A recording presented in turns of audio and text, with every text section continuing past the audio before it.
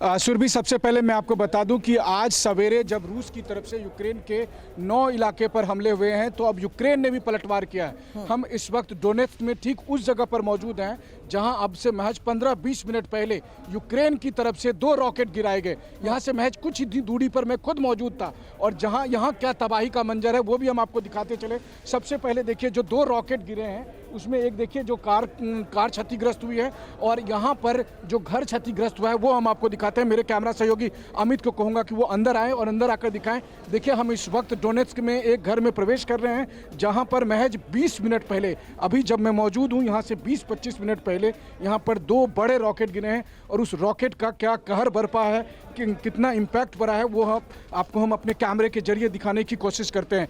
Live तस्वीरें इस वक्त TV9 पर दुनिया भर के दर्शक देख पा रहे होंगे कि देखिए रॉकेट गिरने की वजह से यहाँ क्या हाल हुआ है। और अमित, जरा संभल कर आइएगा। यहाँ पर एक तरफ चारों तरफ देखिए तबाही के मंजर, बर्बादी के मंजर, और ये अभी का दृश्य है। अभी जो कुछ घटा है महज 20 से 25 मिनट पहले, यहाँ से महज 1 किलोमीटर की दूरी पर मैं अपना काम कर रहा था, रिपोर्टिंग कर रहा था, जब 2 जोरदार धमाके की आवाज़ आई।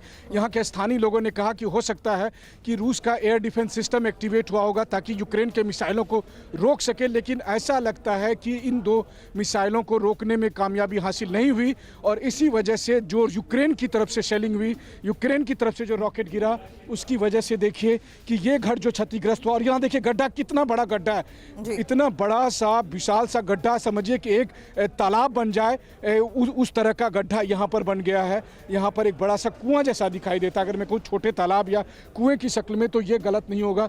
चारों तरफ के दृश्य दिखाइए, ये तबाही और बर्बादी के मंजर। तो एक रॉकेट जो इस जगह पर गिरा था, अभी यहाँ पर सिक्योरिटी ऑफिसर्स आए, उन्होंने आकर चेक किया कि कहीं कोई विस्फोटक बचा तो नहीं है ताकि ऐसे में दोबारा फिर ब्लास्ट ना हो जाए। और इस हालात के बीच में TV9 की टीम ठीक उसी जगह पर मौजूद है। तो जिस बात का हम लोग लगातार अपने दर्शकों तक पहुंचा रहे थे कि 30 अप्रैल वो क़यामत का दिन साबित होने वाला है, उसका बिगुल बज चुका है। 30 अप्रैल के उस बिगुल का आलम ये देखिए कि इस तरीके की चीज़ें आपको दिख रही है यहाँ घर के आसपास में। और निश्चित तौर पर जिस 30 अप्रैल को लेकर डर था कि यूक्रेन के भयावह हमले होंगे, वही हो गया है, वो शुरुआत हो चुकी है। रूस का पलटवार यूक्रेन की तरफ से, यूक्रेन का पलटवार रूस की तरफ से, और इन सब के जद में सिविलियन इलाके भी आ रहे हैं, जिसका प्रमाण है उस जगह से जहां पर TV9 की टीम मौजूद है। कैमरे पर आप उन दृश्यों को देख पा रहे होंगे और इसी से आपको अंदाज़ा लगेगा कि अभी तो 72 घंटे बचे हुए हैं। और यहाँ देखिए जिनका घर था उनकी स्थिति Здравствуйте. Индийский, we are Индийский. This is your home? Я здесь живу. Это мой дом. What happened when the rocket came? What happened? Не поняла. Rocket? Спасибо. तो देखिए ये इनका घर है। ये इनका कहना है कि ये मेरी बात समझ नहीं पा रही है, मेरी भाषा समझ नहीं पा रही है।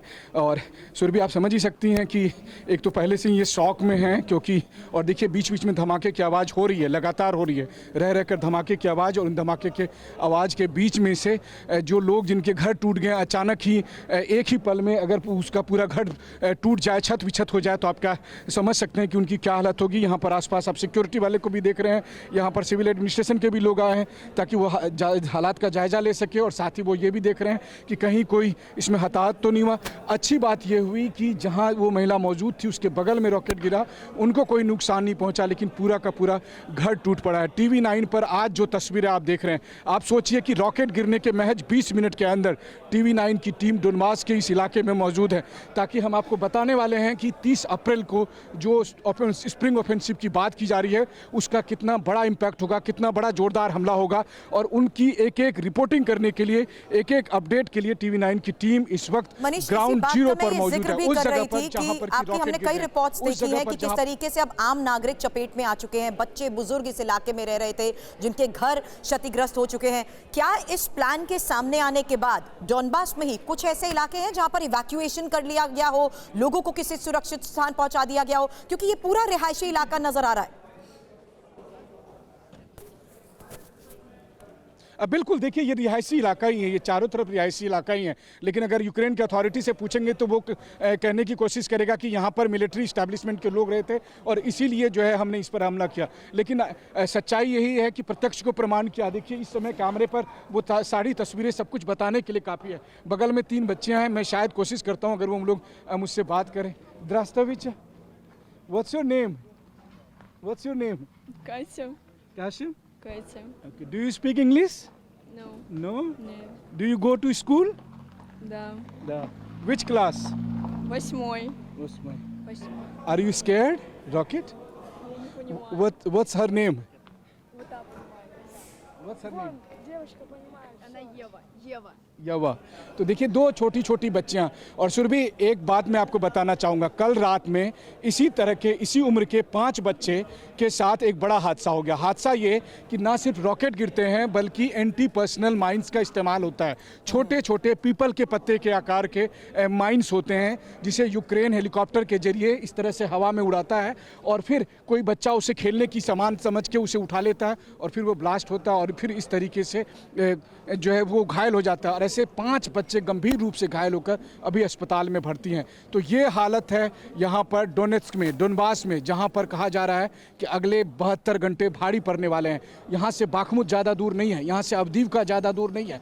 वहाँ पर लगातार भीषण लड़ाई चल रही है। इस बात का जिक्र हम मनीष कर भी रहे थे। लगातार रॉकेट और मिसाइल दागे जाते हैं। के बाद बस ऐलान होना बाकी था, क्योंकि बखमुत पर कब्जा मतलब आसपास के इलाकों तक पहुंचना बहुत आसान, और वही हो रहा है।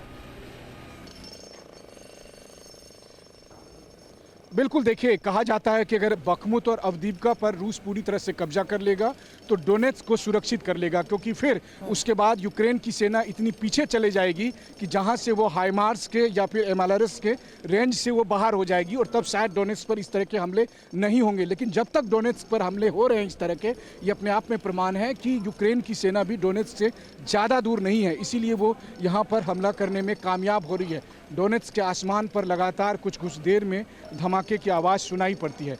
डोनेट्स्क के आसमान पर हमने लगातार रॉकेट को उड़ते हुए देखा है, उसके धमाके का असर भी देखा है और उसी का प्रमाण है कि हम इस जगह पर जहां मौजूद हैं, यहां से हम लगातार लाइव तस्वीरें दुनिया भर के दर्शकों को दिखा रहे हैं कि देखिए डोनेट्स्क में क्या हो रहा है।